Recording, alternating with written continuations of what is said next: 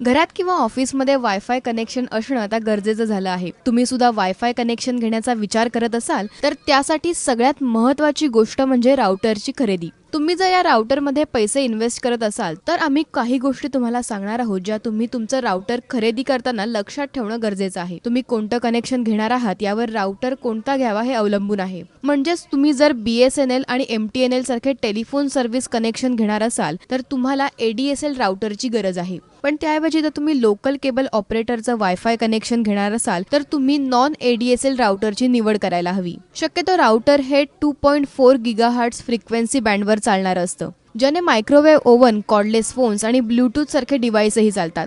सध्याचं data transfer करण्याचं AC standard boast हे डेटाचा स्पीड N स्टँडर्ड पेक्षा 3 पटीने अधिक करतात. हे राउटर ड्युअल बँडचे असतात. काही राउटर हे USB पोर्टचे सुद्धा येतात, ज्याला तुम्ही तुमचे प्रिंटर आणि बाकीचे डिव्हाइस सुद्धा जोडू शकता. काही राउटर हे काही टेलिकॉम कंपनीचे 3G डेटा डोंगल सुद्धा कनेक्ट करतात. त्यामुळे राउटर घेण्याआधी हे नक्की तुम्ही तपासून पहा.